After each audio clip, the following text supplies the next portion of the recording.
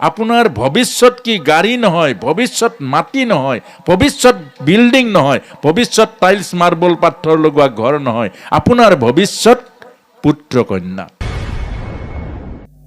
যদি ল'ৰাটোৱেই বেয়া হৈ যায়, যদি আপোনাৰ ল'ৰা সন্তানটোৱে বেয়া হৈ যায়, যদি কন্যাগৰাকীয়ে বেয়া হৈ যায়, চৰিত্ৰহীন হৈ যায়, ব্যক্তিত্বৰ অভাৱ হয়, এজনী যদি কন্যা যদি এখন গৃহস্থীৰ লখিমী বোৱাৰী কাৰোবাৰ ভাল এগৰাকী মা হ'ব নোৱাৰে, তেতিয়াহ'লে আপোনাৰ আমাৰ ভাৰতবৰ্ষৰ বা সৃষ্টিৰ মানৱ জাতিৰ এটা অভিশাপ হ'ল উচ্চ নিজ ভেদ ভাৱনা, জাতি অজাতিৰ ভাৱনা, ধৰ্ম অধৰ্মৰ ভাৱনা। এইটো এটা অভিশাপ, সমগ্ৰ মানৱ জাতিৰ অভিশাপ।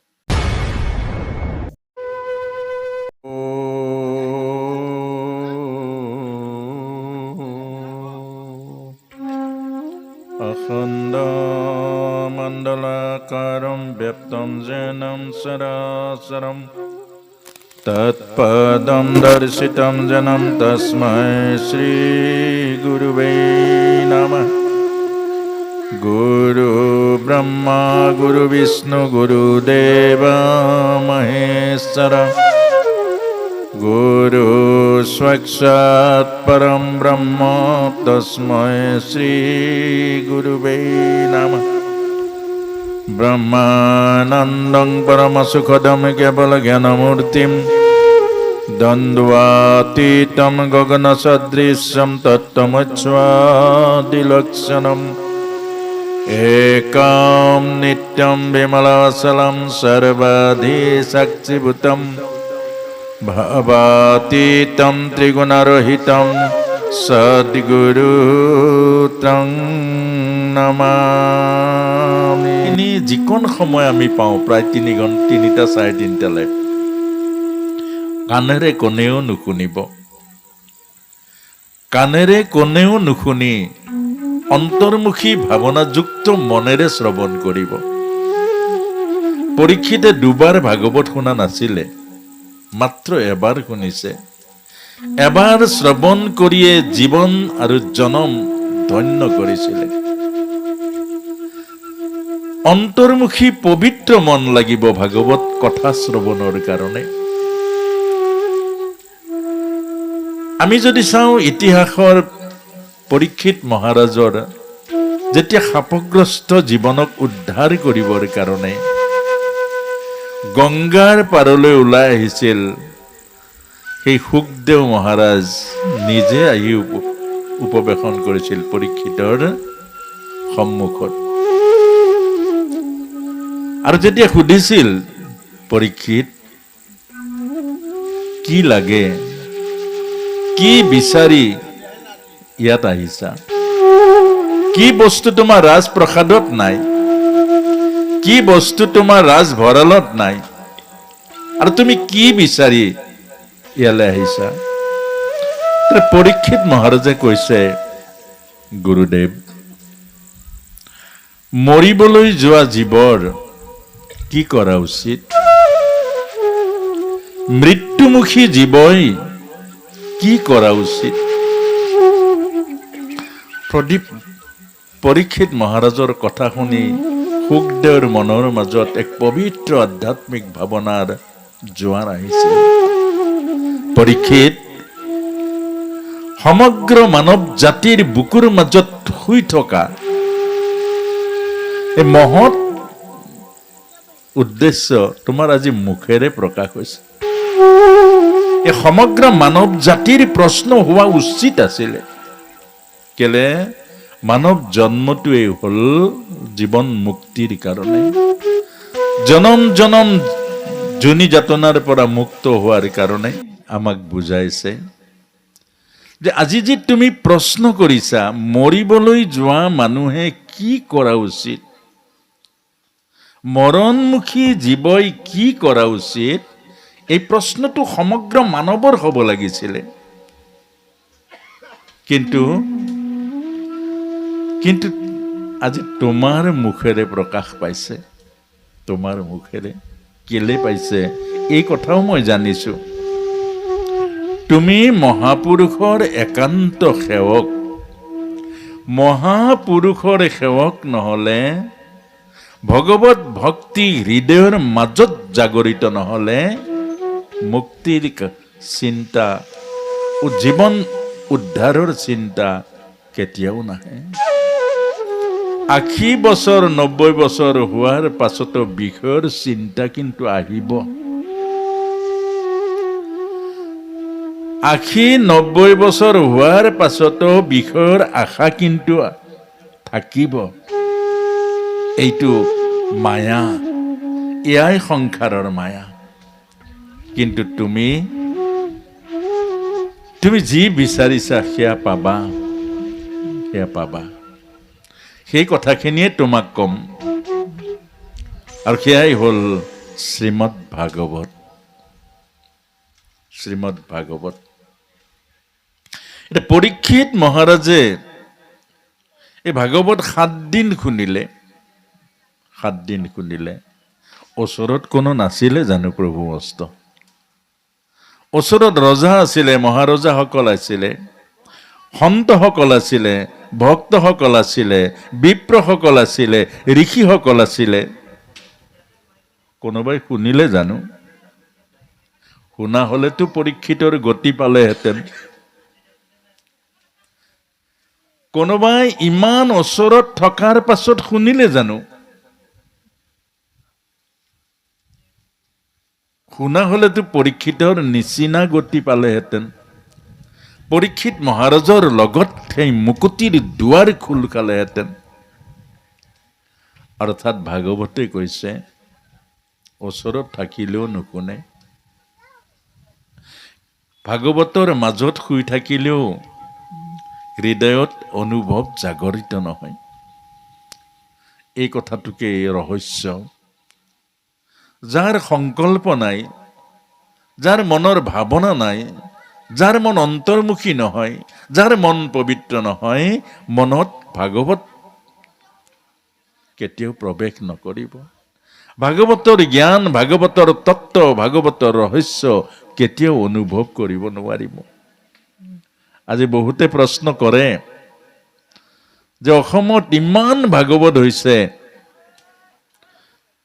কিন্তু জীৱৰ পৰিৱৰ্তন কিয় নাই হোৱা? সমাজৰ পৰিৱৰ্তন কিয় নাই হোৱা? সমাজ আধ্যাত্মিকমুখী কিয় নাই হোৱা? সমাজটো দেখিছো খণ্ড বিখণ্ড হৈছে প্ৰতিদিন। মনৰ মাজত খণ্ড বিখণ্ডৰ ভাৱনা আহিছে। পৰিয়ালৰ মাজত একাত্মতা হেৰাই গৈছেগে। কেলে? ভাগৱত কাণেৰে শুনা নহয়, ভাগৱত হ'ল মনেৰে শুনা। যাৰ মনত পাপ থাকে, 7 দিন 7 ৰাতিটো বেলেগ কথা, এবছৰ বহি থাকিলেও ভাগৱতৰ তত্ত্ব ৰহস্য ভিতৰত প্ৰৱেশ নকৰিব। এই কথাটো কৈছিলে দুন্দুকাৰীয়ে, প্ৰেতাত্মা দুন্দুকাৰীয়ে গোকৰ্ণক কৈছিলে যে তুমি ভাগৱত শুনাই মোক উদ্ধাৰ কৰিবা, এই উদ্দেশ্যে ভাগৱত আয়োজন কৰিছা, কিন্তু মই শুনিব নোৱাৰো। মই শুনিব নোৱাৰো। কেলে? মোৰ মনত প্ৰেতত্ব আছে, পবিত্ৰতা নাই। মোৰ মন বহিৰ্মুখী, অন্তৰ্মুখৰ অভাৱ। আৰু সেইকাৰণে 7টা পাপ থকা বাঁহৰ চুঙাত জীৱক ভৰাই, 7টা পাপ থকা এটা বাঁহৰ টুকুৰা আনি এটাত ফুটা কৰি জীৱক ভৰাই 7 দিন ভাগৱত কৈ গোকৰ্ণ মহাৰাজে দ্বিতীয় ভাগৱতত প্ৰেতাত্মা ধুন্দুকাৰীক উদ্ধাৰ কৰিছে। এই কাৰণে শ্ৰীমদ ভাগৱতে আমাক বুজাইছে যে শুনাৰ লক্ষণটো কি, কেনেকৈ শুনিব লাগে। পৰীক্ষিত মহাৰাজক যেতিয়া শুকদেৱে ভাগৱত কৈছিলে, বহু দূৰণিত সুত বহি আছিলে। সুত অন্ত্যজ। আমাৰ ভাৰতবৰ্ষৰ বা সৃষ্টিৰ মানৱ জাতিৰ এটা অভিশাপ হ'ল উচ্চ নিজ ভেদ ভাৱনা, জাতি অজাতিৰ ভাৱনা, ধৰ্ম অধৰ্মৰ ভাৱনা, এইটো এটা অভিশাপ, সমগ্ৰ মানৱ জাতিৰ অভিশাপ। আৰু সুত আছিলে বহুত দূৰত, কিন্তু সেই সুতে ভাগৱত সমাপ্ত হোৱাৰ পাছত সুখদেৱ মহাৰাজে হাতৰ ঠাৰেৰে মাতি দিলে আৰু গুৰুৰ ওচৰলৈ আহিলে। অহাৰ পাছত ক'লে, তুমি মোৰ পৰৱৰ্তী ভাগৱত তুমি কৰিবা। আৰু আমাক বুজাইছে ভাগৱত কেনেকৈ শ্ৰৱণ কৰিব লাগিব। শ্ৰোতা আৰু বক্তা যিদিনা এক হৈ শ্ৰৱণ কৰিব, শ্ৰোতাৰ ভাৱনা বক্তাৰ ভাৱনা যিদিনা গাঁঠা খাব, সেইদিনা মনত ৰাখিব আপোনাৰ হৃদয়ৰ মাজত সমগ্ৰ ভাগৱত প্ৰৱেশ কৰিব। সেইকাৰণে কৈছে যে ভাগৱত শুনিবৰ কাৰণে কোনো PhDৰ ডিগ্ৰী নালাগে, কোনো বিশ্ববিদ্যালয়ৰ ডিগ্ৰী নালাগে, মাত্ৰ হৃদয়ৰ পবিত্ৰ ভাৱনা লাগে, মাত্ৰ হৃদয়ৰ পবিত্ৰ শ্ৰদ্ধা লাগে আৰু হৃদয়ৰ একাত্মতা লাগে। এইখিনিকে শ্ৰীমদ ভাগৱতৰ এইটো তত্ত্ব আৰু ৰহস্যৰ কথা আমি আৰু আলোচনা কৰিলোঁ। অৰ্থাৎ শ্ৰোতা আৰু বক্তা দুই নহয় এক, গুৰু আৰু শিষ্য দুই নহয় এক তত্ত্ব, ঈশ্বৰ আৰু ভক্ত দুই নহয় এক তত্ত্ব, এক তত্ত্ব।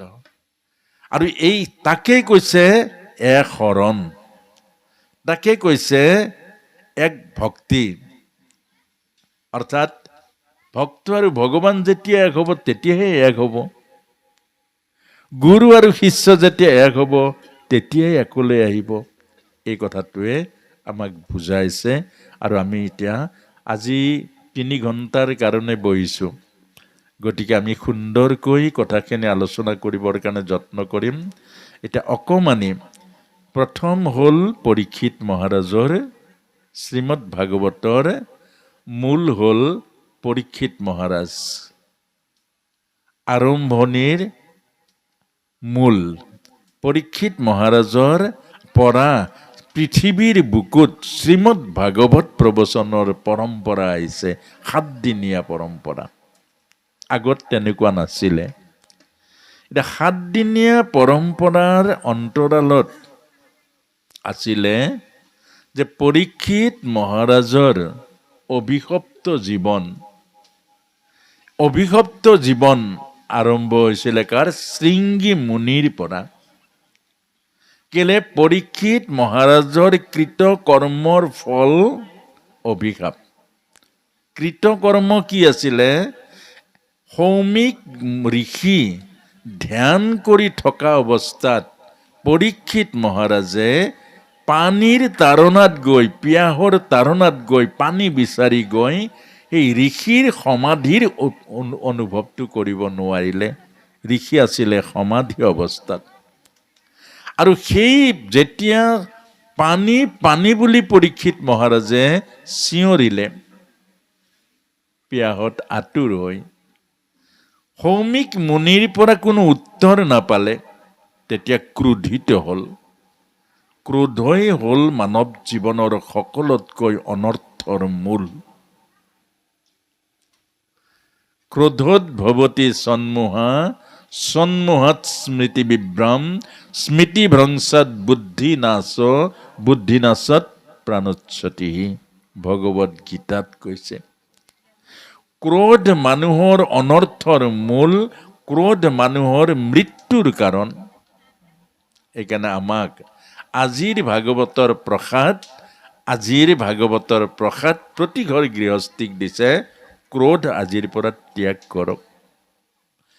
ক্ৰোধৰ বশৱৰ্তী হোৱাৰ কাৰণে পৰীক্ষিত মহাৰাজ যি গৰ্ভতে ঈশ্বৰক দেখিছিল, যি গৰ্ভতে ঈশ্বৰৰ কৃপা লাভ কৰিছিল, যি জন্মতে পঞ্চ পাণ্ডৱৰ নিচিনা মহান বংশত জন্ম পাইছিল, অকমান ক্ৰোধৰ কাৰণে জীৱনৰ সৰ্বস্ব সুখ শান্তি হেৰুৱাই পেলালে, আৰু দুখৰ মাজলৈ সোমাই দিলে ক্ৰোধে।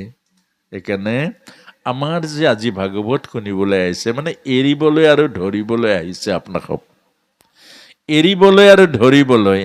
বেয়াটো এৰিব লাগিব আৰু ভালটো ধৰিব লাগিব। যদি গছৰ মূৰাৰ নিচিনা বহি থাকে, যদি চাহ তামোলৰ লোভত ইফালে যায় সিফালে যায়, মনত ৰাখিব জীৱনৰ আচল সম্পদটো হেৰুৱাব। এই কথাটোকে বুজাইছে। এটা এটাকে এৰি যাব, এটা এটাকে ধৰি যাব। এদিন মোনা ফুল হৈ যাব, এদিন জীৱনৰ সৰ্বস্ব মহাসম্পদৰ টপলা লৈ প্ৰভুৰ চৰণত যাব। প্ৰভু, তুমি দিয়া ভাগৱত, তুমি দিয়া গীতাৰ জ্ঞানৰ টপলা মই লৈ আনিছো তোমাৰ ওচৰলৈ, তোমাৰ ওচৰলৈ। কেলে মই জানো, কেলে সন্তসকলে কৈছে ফুটা কৰি এটা, চিগা বেজি এটা আৰু বেংকৰ একাউণ্টটো দূৰৰ কথা, এই সংসাৰৰ পৰা লগত একো নিব নোৱাৰে। মই বুজি পালো। আৰু সেইকাৰণে তুমি দিয়া গীতা, তুমি দিয়া ভাগৱতৰ জীৱনৰ মহাসম্পদ জ্ঞান মই টোপোলা বান্ধি বোজা বান্ধি লৈ আনিছো। এয়াই মানৱ জীৱনৰ সাৰ্থকতা। এতিয়া সেই কথাটোকেই আমাক কৈছে যে পৰীক্ষিত মহাৰাজৰ জীৱনত কলিয়ে ধৰিলে। কলি মানে ক্ৰোধ। আকৌ কৈছো, কলি কোনোবা এটা মানুহ নহয়, কলি কিবা এটা দেৱতা দৈত্য নহয়, কলি হ'ল ক্ৰোধ। যি ক্ৰোধে জীৱনৰ সৰ্বস্ব নষ্ট কৰি দিয়ে, জ্ঞান লুপ্ত কৰি দিয়ে, বিচাৰ লুপ্ত কৰি দিয়ে, বিবেকক নষ্ট কৰি দিয়ে। আৰু তাৰ পাছতে পৰীক্ষিত মহাৰাজৰ সেই অভিশপ্ত জীৱনৰ পৰা মুক্ত কৰিবৰ কাৰণে, অভিশপ্ত জীৱনৰ পৰা 7 দিনে তক্ষকে 7 দিনৰ ভিতৰত যি দংশন কৰিব, অৰ্থাৎ মৃত্যু হ'ব, আৰু মৃত্যুক অমৃত তত্ত্বক পাবৰ কাৰণে, মৃত্যুক ৰূপান্তৰ কৰিবৰ কাৰণে পৰীক্ষিত মহাৰাজে আহি গংগাৰ পাৰ পালে। গংগা হ'ল সৎসংগ। আপোনাক হ'ব এয়া গংগাতে বহিছে। আজি আমি যে বহিছো এয়াও গংগা, এয়া সৎ কথাৰ গংগা। আৰু সেয়া হ'ল ভগীৰথী নমাই অনা ভগৱানৰ চৰণ স্পৰ্শ পোৱা ভগীৰথী গংগা। এয়াও গংগা, সেয়াও গংগা। আৰু পৰীক্ষিত মহাৰাজৰ সেই প্ৰশ্ন আছিলে, মৰিবলৈ যোৱা মানুহে কি কৰা উচিত? এয়া আমাৰ নিজৰ প্ৰশ্ন হয় নে নহয় বাৰু? এয়া আমাৰ নিজৰ প্ৰশ্ন হয় নে নহয়? 80 বছৰ পাইছে মানে কি পাইছে? মৃত্যুপুৰ গাতটো পাইছে। আমি চাপিছে, আমাৰ চাপিছে। এতিয়া আজি কৈছে এই চাপিছে, আমি যাব লাগিব ইয়াৰ পৰা। কি লৈ যাব? কি লৈ যাব? এতিয়া কি লৈ যাব? আজি চিন্তা কৰা সময় দিছে ভাগৱতে। এই কথাটো নুবুজিলে ভাগৱতলৈ নাহিব। কোটি জন্ম ভাগৱতলৈ আহিলেও কামত নাহিব। যদি এই কথাটো বুজে, একবাৰ 2 মিনিট ভাগৱত শুনিলেই আপোনাৰ কামত আহিব। যদি 2 মিনিট নহয় 2 ছেকেণ্ড শুনে এই কথাটো যে কামত আহিব, ধৰি লওক। সঁচা খটাংগৈ ধৰি ললে 2 দণ্ডত গতি পালে। অজামিলে ধৰি ললে, পুত্ৰৰ নাম লৈ নাৰায়ণ নাম লৈ তৰি গল। আমি ধৰি ল'ব লাগে, আমি ধৰি নলওঁ। আমি 500 টকীয়া নোটখনক যিমান আদৰ কৰো, জীৱনৰ যিটো অমৃতময় তত্ত্ব, অমৰত্ব দিব পাৰে, সেইবোৰ কথা আমি দলিয়াই দিওঁ। এইটোৱে আমাৰ জীৱনৰ দুৰ্ভাগ্য। আৰু শেষত গৈ এয়া আছিলে কলিযুগ আৰম্ভ হোৱাৰ 30 বছৰ পাছত। 30 বছৰ পাছত প্ৰথম ভাগৱত হৈছিলে 7 দিনীয়া। 7 দিনীয়া মানে কি? সপ্তাহ মানে কি? অৰ্থাৎ সংসাৰ চক্ৰ আৰম্ভ হৈছে সোমবাৰ, মঙলবাৰ, বুধবাৰ, বৃহস্পতি, শুক্ৰ, শনি, ৰবি। আকৌ সোম। এই চক্ৰই হ'ল জীৱন চক্ৰ, চক্ৰই হ'ল মায়াৰ চক্ৰ, চক্ৰই হ'ল বন্ধনৰ চক্ৰ, চক্ৰই হ'ল জন্ম মৃত্যুৰ চক্ৰ। আৰু এই ইয়াকে কৈছে অভিমান্যৰ চক্ৰবেহু। ইয়াক ওলাবৰ কাৰণে পৰমাৰ্থ জ্ঞান লাগিব, আৰু সেই পৰমাৰ্থ জ্ঞান আছে গীতা ভাগৱতত। আৰু সেই পৰমাৰ্থ জ্ঞান যেতিয়া শুনাই আছিলে অভিমন্যুৰ মাকক অৰ্জুনে, তেতিয়া মাক টোপনি গ'ল। আৰু আমাৰো যেতিয়া ভাগৱতৰ ব্যাখ্যাৰ কাৰণে মাতে, তেতিয়া চাহ তামোল জলপান আৰু পিনে খোৱালে ওলাই আমাৰো থাকি যায়, আমাৰো থাকি যায়। আৰু তাৰ কাৰণে অভিমন্যুৰ মৃত্যু হৈ গ'ল। আমিও গীতা ভাগৱতৰ নিচিনা অমৰত্বৰ শাস্ত্ৰ পোৱাৰ পাছত, গীতা ভাগৱতৰ নিচিনা অমৃত তত্ত্ব পোৱাৰ পাছত আমাৰ মৃত্যু কিয় হয়? অমৃত খালে জানো মৃত্যু হয়? এইকাৰণে অভিমন্যুৰ মাক যেনেকৈ টোপনি গৈছিল, আমিও টোপনি মানে কি অন্য মনস্ক। এই কথাবোৰ আমি কিয় নুবুজো? অন্য মনস্ক। আমি কথাবোৰ যিয়ে বুজিব লাগে নাহে, বোৱাৰীখিনি নাহে, ক'বাৰ কামত থাকে, যুৱক প্ৰজন্মটো নাহে, কৰবাত থাকে, দাঁত নোহোৱা চুলি বগা আমি বয়সস্থসকল আহোঁ, যি জীৱনৰ একো পাবলৈ আৰু কৰিবলৈ বাকী নাথাকে। আমাৰ দুৰ্ভাগ্য এইটো। ভাগৱত হ'ল বেদান্তৰ দ্বিতীয় সূত্ৰ, জীৱন গঢ়া শাস্ত্ৰ, জীৱনক সুন্দৰ কৰা শাস্ত্ৰ, জীৱনক মৃত্যুৰ পৰা অমৃত তত্ত্বলৈ, মহাজীৱনলৈ ৰূপান্তৰ কৰা শাস্ত্ৰ। আমি তাক ব্যৱহাৰ যিটো কৰিছোঁ, এইটোৱে হ'ল দুৰ্ভাগ্য আমাৰ। আৰু শেষত গৈ পৰীক্ষিত মহাৰাজে শ্ৰীমদ ভাগৱত শুনিলে, এবাৰ শুনিলে। আপুনি মই কিমান শুনিছোঁ, এতিয়াতো আগো নাই গুৰিও নাই, এদিনীয়া আধা দিনীয়া 2 ঘণ্টা 3 ঘণ্টা কোনো ব্যৱস্থাটো নাই। শেষত গৈ পৰীক্ষিত মহাৰাজক সুখদেৱ সুধিলে, পৰীক্ষিত গুৰুদেৱ, এতিয়া কোৱা তোমাৰ প্ৰশ্নৰ উত্তৰ, মৰিবলৈ যোৱা মানুহে কি কৰা উচিত? গুৰুদেৱ, উত্তৰ পাই গলো, সমাধান পাই গলো। কি পালা? এটা তক্ষক নহয়, কোটি কোটি তক্ষক আহিলেও মোৰ আৰু ভয় নাই। মই অভয় হৈ গলো, অমৃত পান কৰিলো। অমৃত মানে কি? ন জয়তে ইম্ৰিয়তে বা কদাচিৎ নাম ভূত্তা ভবিতা বা না ভূয়ঃ আজো নিত্য শাশ্বত পুরাণয়ম ন হন্যতে হন্য মনেশ্বরীরে না। আত্মার জন্ম নাই, আত্মার মৃত্যু নাই, আত্মা সনাতন, আত্মা শাশ্বত, আৰু ময়ে সেই আত্মা। দেহৰ মৰণ আছে, দেহৰ পৰিৱৰ্তন আছে, দেহৰ ৰূপান্তৰ আছে, আত্মাৰ অৰ্থাৎ এই পৰম সত্য জ্ঞান ভাগৱত জ্ঞান। এইটোৱেই আমাক বুজাইছে। এইটো কলিযুগ আৰম্ভ হোৱাৰ 30 বছৰ পাছত।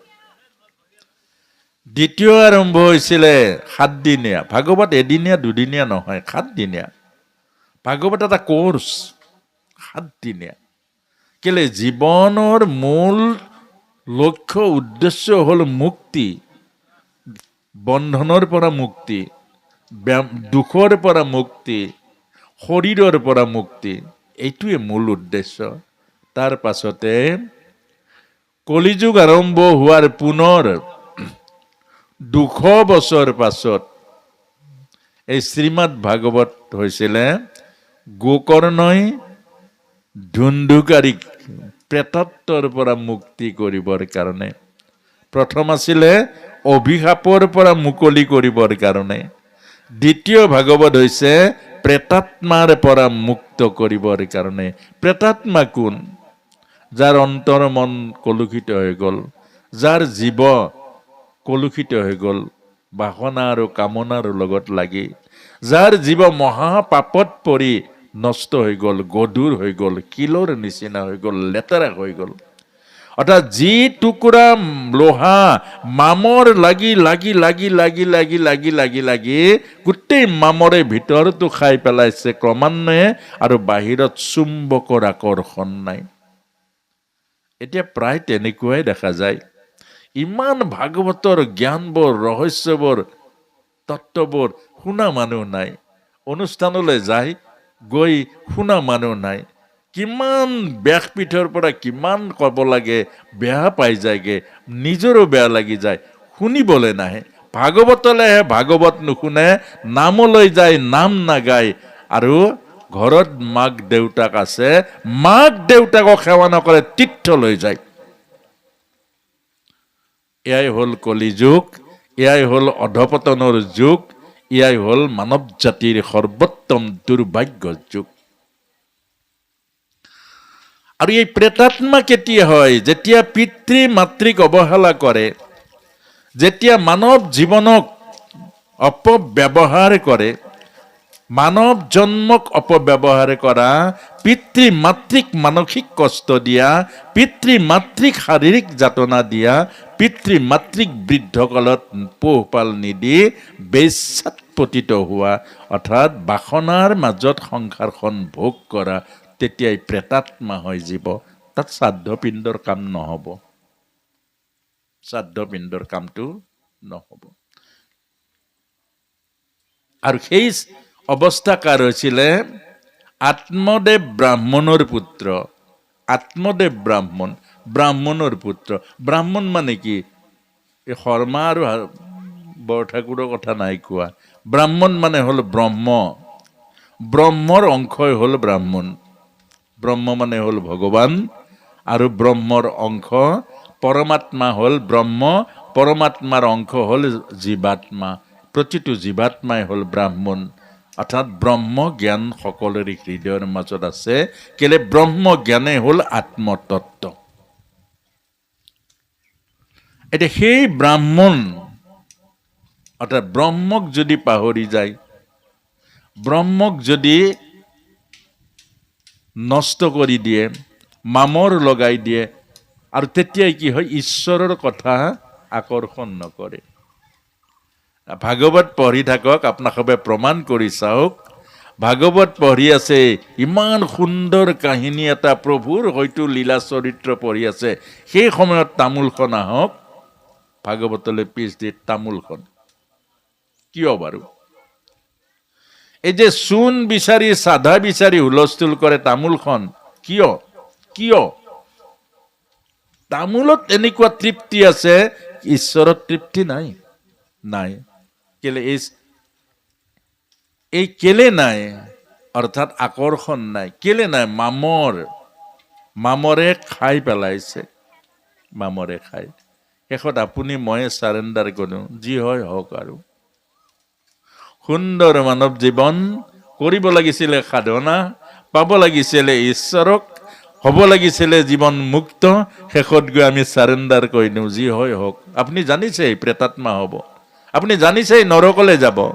প্ৰভুৰ নাম যদি নলয়, প্ৰভুৰ চিন্তন যদি নকৰে, প্ৰভুৰ যদি সাধন নকৰে, তেতিয়াহ'লে মানৱ জীৱন যে নষ্ট হ'ব, মানৱ জীৱন যে অধগতি যাব, মানৱ জীৱন যে আৰু দুবাৰ নাপাব, এইটো আমি নিজেই অনুভৱ কৰোঁ। কেলে? আমাৰ মাজতো জ্ঞান আছে। আৰু সেইকাৰণে যে পিতৃ মাতৃক, আত্মদেৱ ব্ৰাহ্মণৰ সন্তানটো আপোনালোকে জানেই, সেইখিনি আলোচনা কৰিবলৈ নহ'ব, 3 ঘণ্টা মাত্ৰ সময়। এতিয়া সেই ধুন্ধুকাৰী এটা পিতৃ মাতৃক কিমান অত্যাচাৰ কৰিলে, বিনিময়ত প্ৰেতাত্মা হৈ গ'ল মৃত্যুৰ পাছত। আপোনাক মোক আজি ভাগৱতত কিমান ভাগৱত পঢ়িছে, যিমান ভাগৱত পঢ়িছোঁ, আমাৰ সন্তানসকলে পিতৃ মাতৃক অত্যাচাৰ বেছি কৰিছে। কেলে? এই ভাগৱত আমি কালে কৰিছোঁ কওক? এইটো যুৱ চামটো নাই। 1,40,45,000 টকাৰ মই মাইকৰ ব্যৱস্থাটো কৰিলোঁ, গাঁৱে গাঁৱে এই কথাখিনি ক'বৰ কাৰণে। আপোনাৰ খবৰ কলিতা গাঁও, আমাৰ এই বিষ্ণুপুৰ কলিতা গাঁৱলৈ মই বহুত খবৰ দিছোঁ 3 বছৰ, যে এনেকুৱাকৈ ভাগৱত আপোনাৰ খবৰ গাঁৱত কৰোঁচোন, নামঘৰটো দিয়ক। নামঘৰ নিদিয়ে। এতিয়া মাইকৰ ব্যৱস্থাটো এতিয়া মামৰ ধৰিছে, নামঘৰটো নিদিয়ে। ৰাইজে এদিনেই পাতিব, ৰাইজে মন গ'লেহে পাতিব, কিন্তু নামঘৰটো নিদিয়ে। কেলে নিদিয়ে? এই কথাটোৱে আমাক বুজাইছে। নিদিয়ে কিয়?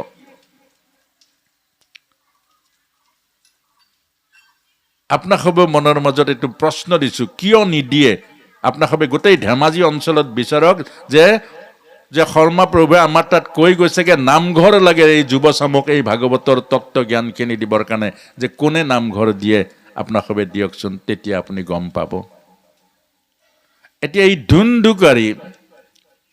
ধুন্ধুকাৰী প্ৰেতাত্মা ভাগৱতৰ মাজেৰে মুক্ত হ'ল। অৰ্থাৎ আজিও আমাৰ সন্তানসকল প্ৰায় প্ৰেতাত্মা হৈ গৈছেগে। পিতৃ মাতৃৰ অলপতে আমি এটা অনুষ্ঠানৰ পৰা আহিছোঁ, 6-7জন পিতৃ মাতৃয়ে ক'লে যে প্ৰভু ল'ৰা বেলেগত থাকে, বোৱাৰী বেলেগত, আমি অকলশৰীয়া। 6-7জন। 2টা ভাই ককাই আহি কৈছে যে আমাৰ ভাই ককাইৰ মাজতে মিল নাই, কেনেকে মাত বোল হ'ব? মিল নাই, মাত বোল কেনেকে? ভাই ককাইৰ লগত মিলিব পৰা হৃদয় নাই, পিতৃ মাতৃক শ্ৰদ্ধা কৰা হৃদয় নাই, মানসিকতা নাই। তেতিয়াহ'লে আমি ভাগৱতৰ বিপৰীতে যোৱা নাই জানো?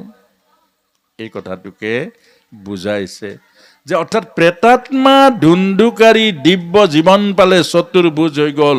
আৰু আপোনাসৱকো এই কথাখিনিয়ে বুজাইছে ভাগৱতে, আমাৰ নতুন প্ৰজন্ম যিমান পাপী নহওক, যিমান অপৰাধী নহওক, যদি ভাগৱতৰ জ্ঞানখিনি তেওঁলোকক দিয়ক, ভাগৱতৰ সঠিক জ্ঞানখিনি তেওঁলোকৰ হৃদয়ত দিবৰ কাৰণে যত্ন কৰক, দেখিব তেওঁলোকৰ নতুন জীৱন পাব, দিব্য জীৱন পাব। ৰত্নাকৰ, ৰাম বুলিব নোৱাৰা ৰত্নাকৰে, ৰাম বুলিব নোৱাৰা ৰত্নাকৰে ৰামায়ণ লিখিলে বাল্মীকি হৈ, বাল্মীকিলৈ ৰাম বুলিব নোৱাৰা জীৱাই ৰামৰ চৰিত্ৰ ৰচনা কৰিলে। গতিকে আপুনি মই সিমানটো পাপ কৰা নাই। গতিকে এই কথাটোৱে আমাক বুজাইছে। এই কথাখিনি আমি কলৈ নিব লাগিব? আমাৰ যুৱ প্ৰজন্ম, আপোনাৰ ভৱিষ্যত কি গাড়ী নহয়, ভৱিষ্যত মাটি নহয়, ভৱিষ্যত বিল্ডিং নহয়, ভৱিষ্যত টাইলছ মাৰ্বল পাথৰ লগোৱা ঘৰ নহয়, আপোনাৰ ভৱিষ্যত পুত্ৰ কন্যা। যদি ল'ৰাটোৱেই বেয়া হৈ যায়, যদি আপোনাৰ ল'ৰা সন্তানটোৱে বেয়া হৈ যায়, যদি কন্যাগৰাকীয়ে বেয়া হৈ যায়, চৰিত্ৰহীন হৈ যায়, ব্যক্তিত্বৰ অভাৱ হয়, এজনী যদি কন্যা যদি এখন গৃহস্থীৰ লখিমী বোৱাৰী কাৰোবাৰ ভাল এগৰাকী মা হ'ব নোৱাৰে, তেতিয়াহ'লে আপোনাৰ গোটেই পুৰুষাৰ্থটো, গোটেই মানৱ জীৱনৰ সাৰ্থকতাটো ক'ত হ'ব? ঘৰটো ভাল হ'লে নহ'ব নহয় প্ৰভু, দামী চোলাটো পিন্ধিলে নহ'ব নহয় প্ৰভু, ভিতৰৰ জ্ঞানখিনি লাগিব, আচৰণখিনি লাগিব। এই কথাটোৱে আপুনি মই সুখী হ'ব লাগিব। আপোনাৰ ল'ৰাই যেতিয়া আজি এইটো পৰিয়ালৰ অন্তত যদি পিতৃলোকত পিতৃসকল আছে, তৃপ্তি পাব যে মোৰ পুত্ৰ জন্ম দিছোঁ আৰু সেই পুত্ৰই আজি সমাজৰ কল্যাণৰ কাৰণে, সমাজৰ এক পবিত্ৰ চিন্তাত এটা সুন্দৰ অনুষ্ঠান কৰিছে, তৃপ্ত হ'ব, আশীৰ্বাদ দিব। এই কথাটোকে বুজাইছে আমাক, এই কথাটোকে বুজাইছে। আৰু দিব্য জীৱন মানে কি? আত্মজ্ঞান পোৱাটোৱেই দিব্য জীৱন।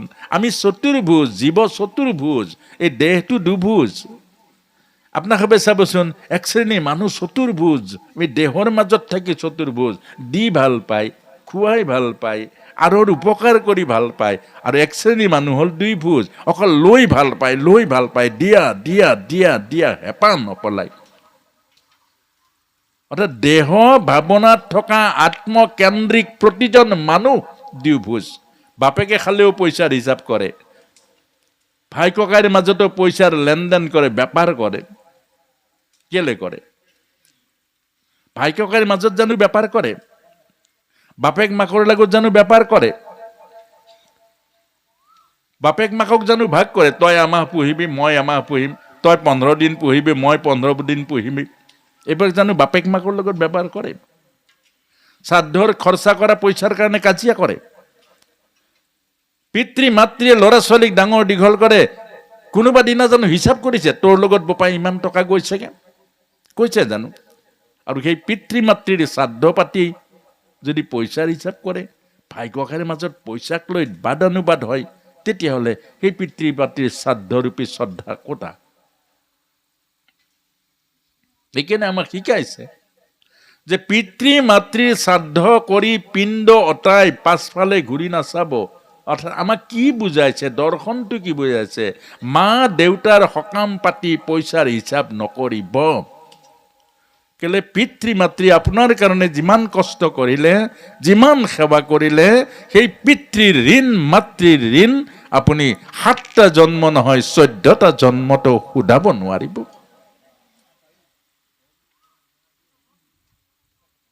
আৰু সেই কথাটোকে আমাক এই দুন্দুকাৰীৰ মাজেৰে এইটো বুজাইছে।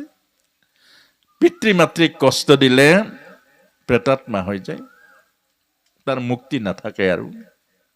আৰু আজি আমাৰ যুৱ প্ৰজন্ম এনেকুৱা দুৰ্ভগীয়া, এইবোৰ জ্ঞান ভাগৱতত ব্যাখ্যা নহয়। চুলি কাটা 11 দিনা, মাহেকীয়া 13 দিনা, 15 দিনা এইবোৰ ব্যাখ্যা হয়। সেইবোৰ ভাগৱতত ক'তো নাই। সেইবোৰ ভাগৱতত ক'তো নাই। আৰু সেইবোৰে আমাৰ এতিয়া বৰ্তমান ব্যাখ্যা।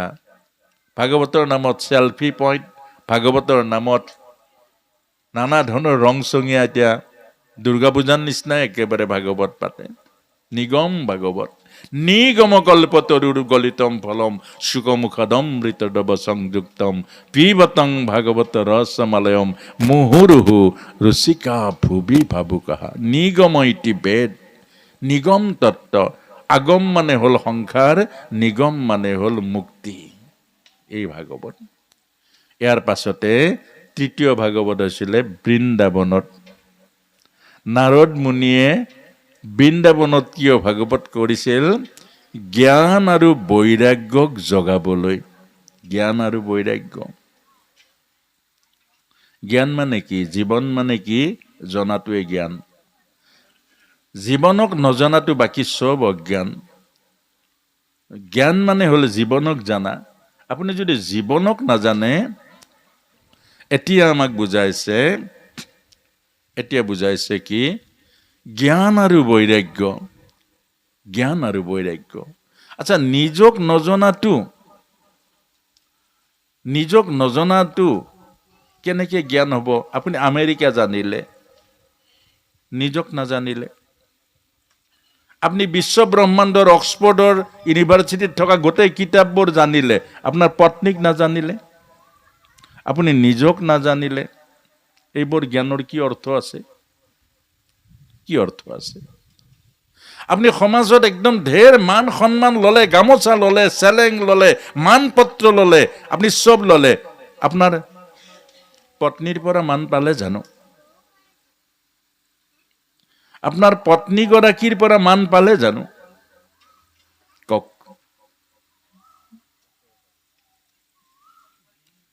আপোনাৰ কিমান জ্ঞান গৰিমা, কিন্তু নিজৰ পত্নীগৰাকীক আপুনি নিজৰ কৰি ল'ব নোৱাৰিলে। এজনী মানুহক নোৱাৰিলে নিজৰ কৰি ল'বলৈ। এজনী মানুহক সুখী কৰিব নোৱাৰিলে। যিজনী মানুহে নিজৰ জাতি এৰিছে, ধৰ্ম এৰিছে, বাপেকক এৰিছে, মাকক এৰিছে, উপাধি পৰ্যন্ত এৰি জীৱনৰ সৰ্বস্ব আপোনাৰ সমৰ্পণ কৰিছে, আৰু সেইজনী মানুহক আপুনি সুখী কৰিব নোৱাৰিলে, আপুনি ফেইল কৰিলে। হয়, বিশ্ব ব্ৰহ্মাণ্ডই আপোনাক শ্ৰদ্ধা কৰিছে, কিন্তু আপোনাৰ পৰিবাৰৰ শ্ৰদ্ধাটো ডাঙৰ। আপুনি সমাজৰ পৰা মান মৰ্যাদা চব পাব, কিন্তু শান্তি নাপায় আকৌ, যদি আপোনাৰ ল'ৰা ছোৱালীটো ঠিক নহয়। আপোনাৰ যদি সন্তান চৰিত্ৰৱান নহয়, আপোনাৰ যদি পুত্ৰ কন্যা চৰিত্ৰৱান নহয়, আপোনাৰ এইবোৰ যিমান মান মৰ্যাদা চব পাব, শান্তি কিন্তু নাপাব। ৰাতি টোপনি নাহিব, অন্তৰ দগ্ধ হ'ব। অন্তৰ দগ্ধ হ'ব যে সমাজত ইমান মান সন্মান পাইছোঁ, কিন্তু সেইবোৰহে আপোনাক কামত নিদিয়ে। আপোনাৰ মোৰ কামত দিব যেতিয়া পুত্ৰই কথা শুনিব, আজ্ঞা পালন কৰিব, কন্যাই কথা শুনিব, আজ্ঞা পালন কৰিব, স্বামী ভাৰ্যাৰ মাজত আধ্যাত্মিক সম্বন্ধ হ'ব, তেতিয়া আপোনাৰ টোপনি ভাল হ'ব, শান্তি পাব, দুসাঁজ নাখালেও শান্তি পাব। আৰু এদিন মৰিও আপুনি স্বৰ্গ পাব। সেইকাৰণে মৰিও কি পাব? স্বৰ্গ পাব। এতিয়াও স্বৰ্গ পাব বাৰু, এতিয়া যেনিবা ফটোৰ তলত বা ওপৰত লিখিব স্বৰ্গীয়, এইটো স্বৰ্গ পাব। এই ফটোত লিখাটো পাব। এতিয়া ফটোত লিখিলে স্বৰ্গ পায় জানো প্ৰভু? ফটোত লিখিলে স্বৰ্গ নাপায়। এতিয়া আমাক কৈছে জ্ঞান, জ্ঞান আৰু বৈৰাগ্য। জ্ঞান মানে হ'ল জনা, অৰ্থাৎ জীৱনক কি লাগে সেইটো লওক, বাকীবোৰ নল'ব, বাকীবোৰ কামত নাহে। যিটো দৰকাৰ দৰকাৰ এইটো লওক। জ্ঞান মানে জনা। জ্ঞানী মানুহে বাটত পৰি থকা ৰত্ন উঠাব, শিলগুটি নুঠায়। জ্ঞানী মানুহে সোণৰ অলংকাৰ উঠাব, এই কাঁচৰ অলংকাৰ নুঠায়। এইটোৱে বুজাইছে। কস্মিন্ন বিজ্ঞতে সৰ্বমেবং বিজ্ঞতং ভৱতি। হে মানুহ, কাক জানিলে চব জনা হ'ব, কাক পালে চব পোৱা হ'ব, কাক বুজিলে বুজা হ'ব। একস্মিন বিজ্ঞতে সৰ্বমেবং বিজ্ঞতং ভৱতি। এটা বস্তুক জানিলে, এটা বস্তুক চিনিলে, এটা বস্তুক বুজিলে চব জনা, চব বুজা, চব পোৱা হ'ব। সেই বস্তুটো কি? নিজক জানিলে। নিজক জানক, নিজক বুজক। আপুনি মই ভগৱানক কিমান ভক্তি কৰোঁ, কিমান কৰোঁ, নিজক কৰে নে নকৰে? নিজে চাধাটো মাৰি খাই আকৌ ভগৱানক চাধা দিয়ে নিদিয়ে কওক? নিজে চাধা মাৰি খাই ভগৱানক চাধা দিয়ে জানো? কাৰণ ভগৱানক দিব নাপায়, ভক্তি কৰে আপুনি। ভগৱানৰ মন্দিৰত বেয়া কথা ক'ব নাপায়, ভক্তি কৰে আপুনি। আপোনাৰ মন্দিৰত চৈতন্য ভগৱান আছে, আৰু তাততো মানুহে পাতা ভগৱান আছে, পতা ভগৱান। পতা ভগৱানক চাদাচোন দিয়ে জানো? চুৰত দিয়ে জানো? কিন্তু চৈতন্য হৃদয়ত থকা ভগৱানক যদি আমি চিনি নাপাওঁ, চাধাও দিম, চুৰতো দিম, দিম নে নিদিম প্ৰভু? তে ভগৱানে মৰিব নে ভগৱান তৰিব? ভগৱানকেই মাৰি দিয়ে। আপুনি মই ভগৱানক, ভগৱান আচল ভগৱানকে মাৰি দিওঁ চূণ চাদা খুৱাই। ঠিক কৈছে। আমাৰ ভিতৰত থকা যিটো আনন্দ কোষ, এটা প্ৰায় মৰিছে। নহ'লে দেউতাক মাক তাত সোমাই আছে, ইয়াত তেলত ভাজি, নামটো ল'ব নাপায় আকৌ, তেলত ভাজি ভাজি খাই দেউতাক মাক থাকোঁতে কেনেকে খাব পাৰে? সেইটো মৰা মানুহ। যি মাক দেউতাকক এটা ৰুমত থৈ নিজে তেলত ভাজি ভাজি খাব পাৰে, এইটো জীয়া মানুহ নহয়, মৰা মানুহ। এতিয়া প্ৰশ্ন এটা হ'ব, প্ৰভু মৰা মানুহ নহয় নে খোজকাঢ়ি ফুৰিছে? খোজকাঢ়িলে জীয়া মানুহ নহয়। অনুভৱ আৰু উপলব্ধি নাই। আধ্যাত্মিক মৃত্যু হৈছে, ভৌতিক মৃত্যু নাই হোৱা। আধ্যাত্মিক মৃত্যু হ'লে পাৰিব। এই কথাটোৱে আমাক বুজাইছে জ্ঞান। এইটো জ্ঞান। আৰু ভাগৱত প্ৰথম চিনক। ভাগৱত কি? নিচিনিলেতো ভাগৱত কিতাপহে, হয় নহয় প্ৰভু? আজি ভাগৱতৰ যি ব্যৱহাৰ হৈছে, কিতাপহে ব্যৱহাৰ হৈছে। ভাগৱত মানে কি? চুকমুখাদমৃত দৈৱ সংযুক্তম। এই ভাগৱতে মাতিব নোৱাৰে। ভাগৱতৰ কলা আখৰৰ দ্বাৰা নহ'ব, জীৱ পৰিত্ৰাণ নহ'ব। পৰিত্ৰাণ হ'ব এজন আধ্যাত্মিক গুৰুৰ মুখেৰে ভাগৱত শ্ৰৱণ কৰক, আৰু সেই ভাগৱত হ'ল চৈতন্য ভাগৱত। সেই ভাগৱতে জীৱন ৰূপান্তৰ কৰিব, জীৱন পৰিৱৰ্তন কৰিব, আৰু জীৱনক উদ্ধাৰ কৰিব জনম মৰণৰ পৰা। এই কথাটো কি কৈছে? আৰু ভাগৱত ব্যাখ্যা নহয়, ভাগৱত হ'ল সূত্ৰ আৰু ব্যাখ্যাকাৰ ব্যাসদেৱ। আমাৰ এতিয়া বৰ্তমান হ'ব লাগিব পৰ্যালোচনা। ভাগৱতৰ ব্যাখ্যাকাৰ ব্যাসদেৱ, ভাগৱতৰ সূত্ৰকাৰ ব্যাসদেৱ। ভাগৱত আহিছে ক'ৰ পৰা? সমাধিৰ পৰা, ঈশ্বৰৰ পৰা। সেইকাৰণে ভাগৱত এই যুগ নহয়, কোটি কোটি যুগ পাৰ হৈ গ'লেও ভাগৱতৰ লৰচৰ নহয়। কেলে? ভগৱানো অমৰ, ভাগৱতো অমৰ, আৰু আপুনি ময়ো অমৰ আত্মিকভাৱে। এইটোৱে অৰ্জুনক গীতাত কৈছিলে যে, অৰ্জুন চতুৰ্থ অধ্যায়ত, তোমাৰ আৰু মোৰ অনন্ত কোটি কালৰ পৰা যাত্ৰা, তুমিও আহি আছা, ময়ো আহি আছো, কিন্তু চিনা চিনি কেলে নাই? মই চিনো, তুমি নিচিনা। কেলে? মই দেহ লওঁ, কিন্তু মই দেহী হৈ নাযাওঁ। মই গাহৰি হ'লেও ঈশ্বৰে হৈ থাকোঁ। কুকুৰ হ'লেও ঈশ্বৰে হৈ থাকোঁ, কেলে মই আত্মাৰ পৰা দেহৰ মাজত কেতিয়াও সোমাই নপৰোঁ। আৰু তুমি আকৌ যিটো দেহ পোৱা সেইটো হৈ যোৱা। চোলাটো হৈ যায় জানো মানুহ? কিন্তু আমিতো চোলাটোৱে হওঁ। কেলে গামোচা চেলেং ধুতি পিন্ধাৰ লগত লগত ভকত হৈ যাওঁ, খোলাৰ লগে লগে অভকত হৈ যাওঁ। গামোচা চেলেং ধুতি খোলাৰ পাছত থাপৰো মাৰিব পাৰিব, বেয়া মাতো মাতিব পাৰিব, কোনো নধৰে ভকতে। লাগিলে ঠেং পাক খাই যাওক, একো নকয়। কেলে গামোচা চেলেং ধুতি পিন্ধা নাই নহয়। আৰু গামোচা চেলেং ধুতি পিন্ধাৰ লগে লগে ধৰিব ভকতে। ভকতে এইটো কেলে কৰিলা? কেলে আমি আছোঁ গামোচা চেলেঙত। গামোচা চেলেঙত ভকতি নহয় নহয় প্ৰভু। এতিয়া গামোচা চেলেংটো কি? গামোচা চেলেংটো হ'ল গাঁঠি খোলা। ভকতিৰ ৰাস্তা গাঁঠি খোলা ৰাস্তা। এই প্ৰথম গাঁঠি নোহোৱা কাপোৰ পিন্ধক, তাৰ পাছত মনৰ গাঁঠি খোলক। এইটোহে আছিলে, হয় নহয়? মনৰ গাঁঠি খুলিবলৈহে ভকত হ'বলৈ যায়, সৎসংগলৈ যায়। আমি আকৌ মনৰ গাঁঠি লগাবলৈহে গৈ আছো সৎসংগলৈ। আমাৰতো উল্টা, হয় নহয় প্ৰভু? ভুলকে কৈছো নেকি? গামোচা ধুতি চেলেং পিন্ধিবলৈ কিমান টাইম লাগে? তাৰমানে ভকত হ'বলৈ 5 মিনিটো নালাগে। কিন্তু এজন মনে প্ৰাণে ভকত হ'বলৈ মাধৱ পুৰুষক কিমান লাগিছিলে? গুৰুজনাক কিমান লাগিছিলে? 12 বছৰ তীৰ্থ ভ্ৰমণ কৰি জ্ঞানবোৰ আহৰণ কৰিছে। 12 বছৰ গাড়ী নাই, মটৰ নাই, এবাৰ অনুভৱ কৰক। 12 বছৰ আপোনাৰ মোৰ জীৱনৰ সেই মহান সম্পদ পাইছো গুৰুজনাৰ কিমান জীৱন জোৰা তপস্যাৰ পৰা।